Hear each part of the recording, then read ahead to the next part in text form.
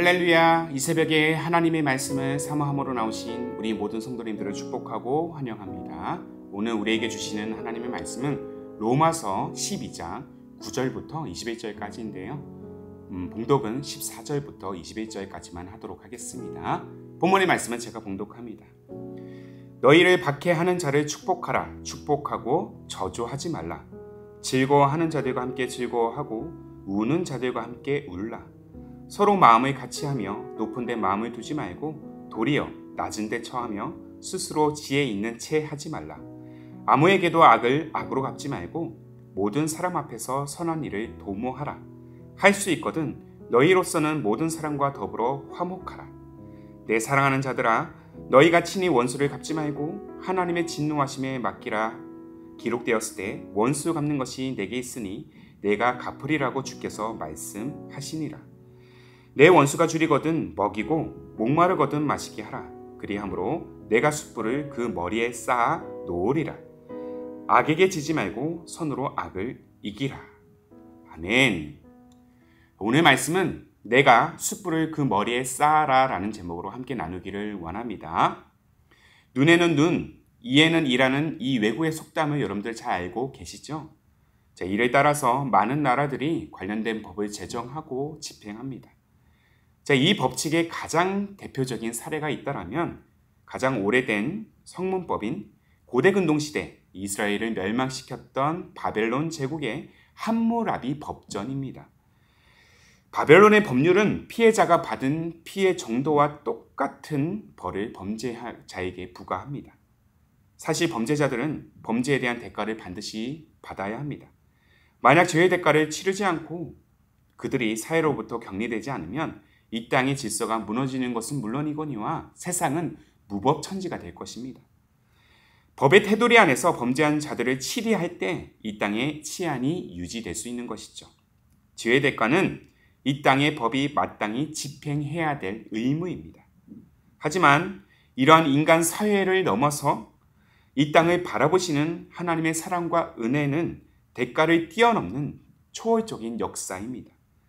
하나님은 범죄한 우리 모두에게 죄의 대가로부터 자유할 수 있도록 예수 그리스도를 통하여 은혜를 베풀어 주셨습니다. 자, 그 은혜의 궁극은 무엇입니까? 바로 용서입니다. 제 아들 예수 그리스도로부터 우리를 죄와 사망의 법에서 생명과 성령의 법으로 옮기셨습니다. 하나님은 자신에게 범죄한 우리를, 심판의 대상이었던 우리를 용서하셨습니다. 이 용서 때문에 우리는 이 자리에 있는 줄로 믿습니다. 하나님은 사실 우리를 용서하지 않으셔도 전혀 상관이 없으신 분입니다. 눈에는 눈, 이에는 이와 같은 법칙처럼 하나님은 우리 죄에 대한 심판을 단행하셔도 전혀 문제가 없다라는 것이죠. 그럼에도 주께서 우리를 용서하신 이유는 과연 무엇일까요? 바로 우리를 향한 끊을 수 없는 자신의 사랑 때문이었습니다. 하나님께서 우리를 사랑하셨기 때문에 자신의 독생자 예수 그리스도를 대속물로 삼으셨고 십자가에 못 박혀 우리 죄값을 대신 치르게 하셨습니다. 예수 그리스도의 십자가가 용서를 표현하는 궁극의 모델이 된 것입니다. 이 땅에서 십자가만큼 용서를 극적으로 표현하는 것은 없습니다. 십자가만큼 용서를 대변하는 것도 없습니다. 예수님은 이 땅에서 가장 위대한 용서를 실현하고자 하늘의 모든 권세를 포기하고 죄악의 악취가 가득한 가장 낮은 이 땅으로 오셨습니다. 예수 그리스도의 십자가는 용서할 수 없는 자들을 단번에 용서하는 진정한 희생의 산물인 것입니다. 자, 어제부터 우리가 묵상하고 있는 이 로마서 12장은 구원 얻은 자가 어떤 자세로 살아가야 하는가라는 질문에 대한 해답이라고 할 수 있습니다. 바울은 이 질문에 대한 해답을 12장 서두에 언급하고 있죠. 바로 본문 1절과 2절에 기록된 영적 예배라고 결론을 짓고 이렇게 12장을 기록하고 있는 것입니다.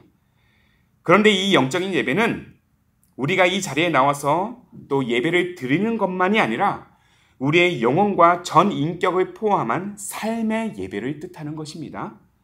그리고 이 삶의 예배는 우리 일상 가운데 일어나는 모든 상황과 사건을 마주할 때 하나님의 선하시고 기뻐하시고 온전하신 뜻을 분별할 때 비로소 완성이 될 수 있는 것입니다.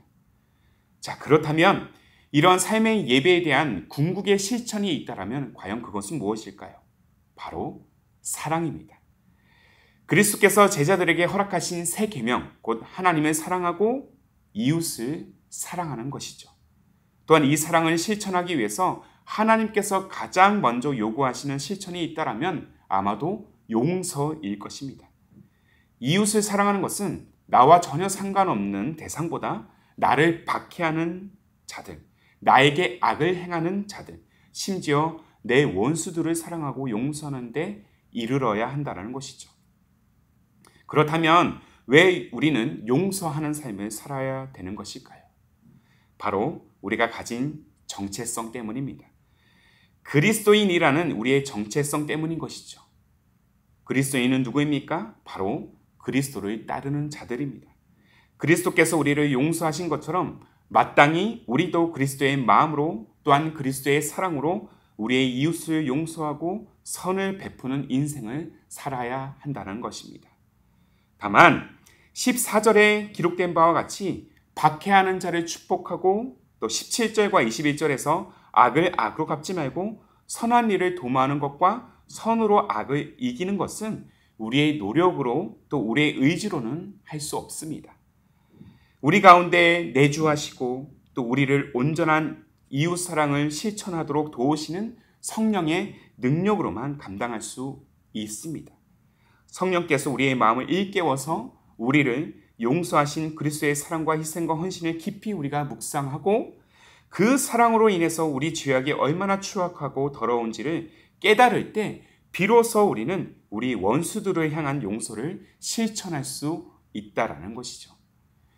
자, 사랑하는 성도 여러분, 누군가를 용서하기 힘든 삶을 살고 계십니까? 사실 용서는 쉽지 않습니다. 한번 내 영혼에 베인 상처는 쉽게 아물지 않아요. 많은 시간이 지나 용서할 수 있을 것 같지만 막상 그 영혼을 마주하면 용서보다 분노가 앞서는 것을 우리는 경험하게 됩니다. 그러나 우리가 누군가를 용서하기에 앞서서 예수 그리스도의 용서하심을 깊이 묵상해야 될 것입니다. 하나님과 원수되었던 우리가 주께서 행하신 용서의 은혜를 우리가 깨닫고 또 우리가 그 은혜를 묵상한다면 용서하지 못할 존재는 없을 것입니다. 용서는 용서받음을 경험하지 않으면 결코 용서하지 못합니다. 그리스도께서 우리에게 은혜를 베푸시고 하늘의 양식으로 우리의 영혼을 풍성히 채우시는 그 사랑과 은혜를 우리가 깊이 알 때 우리 또한 원수가 줄일 때 먹이고 목마를 때 마시게 할 수 있는 것이죠. 자, 분명한 사실은 그리스도인의 삶에 있어서 용서는 선택의 문제가 아니라는 것입니다. 이렇게 우리가 용서를 실천하는 삶, 바울은 이를 잠언 말씀을 인용하면서 이렇게 설명하고 있죠. 내가 숯불을 그 머리에 쌓아놓는 것이라고 표현합니다. 자, 본문 20절의 말씀을 보겠습니다. 내 원수가 줄이거든 먹이고 목마르거든 마시게 하라. 그리함으로 내가 숯불을 그 머리에 쌓아 놓으리라. 더불어 바울이 인용한 잠언 25장 21절과 22절의 말씀을 제가 읽어드리겠습니다. 내 원수가 배고파하거든 음식을 먹이고 목말라 하거든 물을 마시게 하라. 그리하는 것은 핀 숯을 그 머리에 놓는 것과 일반이요 여호와께서 내게 갚아 주시리라.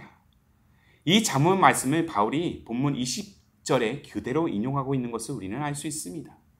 그렇다면 숯불을 그의 머리에 놓는다는 의미는 과연 무엇일까요? 자, 많은 학자들이 여러 해석을 내놓고 있지만 원수를 사랑하는 것에 그 의미를 둔다라면 우리가 우리 이웃들에게 우리 원수들에게 용서와 사랑을 베풀 때 숯불을 머리에 놓으면 뜨거워서 고통을 느끼는 것과 같이 원수가 그 마음의 고통을 느껴서 회개의 자리로 나아가도록 하기 위한 행동이라는 것입니다. 곧 예수 그리스도의 십자가를 통해서 우리가 우리 죄악을 깨닫고 회개하며 회복과 구원의 자리로 나아가는 것처럼 말이죠. 자, 우리 또한 그 십자가의 희생을 따라서 용서와 사랑의 삶을 살아야 한다는 것입니다. 그러나 이 숯불을 통해 고통을 느끼고 회개하는 것까지는 우리의 주관이 아니에요. 바로 성령께서 하실 일이라는 것이죠. 예수 그리스도의 용서, 그 은혜를 들은 모든 사람들이 회개하지 않는 것처럼 그들이 죄악을 느끼고 느끼지 않고는 우리가 결정할 일이 아니라는 것입니다. 다만 우리는 아무런 대가 없이 그들을 사랑하고 용서하고 섬길 뿐입니다. 우리의 할 일은 그저 숯불을 그의 머리에 쌓는 것입니다. 원수를 갚는 것은 오직 하나님께서 하실 일임을 우리는 기억해야 될 것입니다. 자, 본문 19절의 말씀이에요. 내 사랑하는 자들아, 너희가 친히 원수를 갚지 말고 하나님의 진노하심에 맡기라. 기록되었을 때 원수 갚는 것이 내게 있으니 내가 갚으리라고 주께서 말씀하시니라. 사랑하는 성도 여러분, 용서는 하나님의 원하시는 뜻임을 분명히 우리는 기억해야 될 것입니다. 그리고 앞서 제가 언급해 드렸던 바와 같이 우리 또한 하나님의 한량없는 은혜와 사랑으로 시작된 그 예수 그리스도의 십자가를 통해서 용서받았다는 사실을 우리는 또한 고백해야 될 것입니다. 그러므로 눈에는 눈, 이에는 이와 같은 복수의 마음을 버리고 관대한 마음으로 무엇보다 우리를 향한 하나님의 그 한량없는 사랑을 품고 내 원수를 사랑하며 그의 머리에 숯불을 쌓을 때 하나님의 온전하심과 같이 우리도 온전함으로 나아갈 줄로 믿습니다. 이 사랑을 우리가 온전히 실천하면서 용서의 축복을 누리는 저와 여러분의 인생길이 되시기를 주님의 이름으로 축복합니다. 아멘. 함께 기도하겠습니다.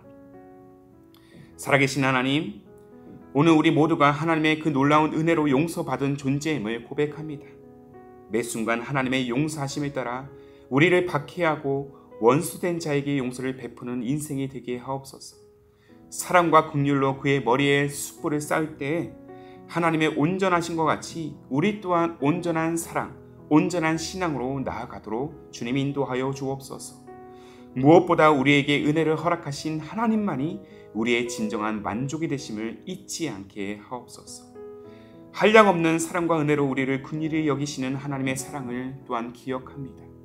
우리의 삶의 능력이 되시는 그 하나님의 놀라운 은혜와 복음을 붙드는 우리의 인생, 또한 우리의 가정, 우리 자녀의 삶, 또 우리 공동체가 되게 하옵소서. 그렇게 우리를 진리의 삶, 승리의 삶으로 이끄시는 예수님의 이름으로 기도하옵나이다. 아멘. 자, 오늘도 주신 말씀에 따라서 두 가지의 기도 제목을 놓고 함께 기도하기를 원합니다.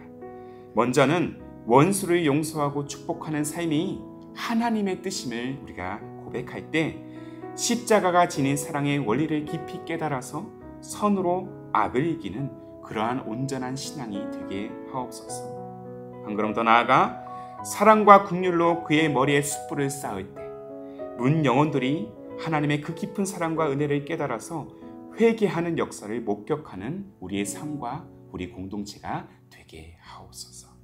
이 두 가지의 기도 제목을 간절한 마음으로 함께 고백하시면서 기도로 하루의 삶을 열어가시기를 바랍니다. 함께 마음을 다해 기도하겠습니다.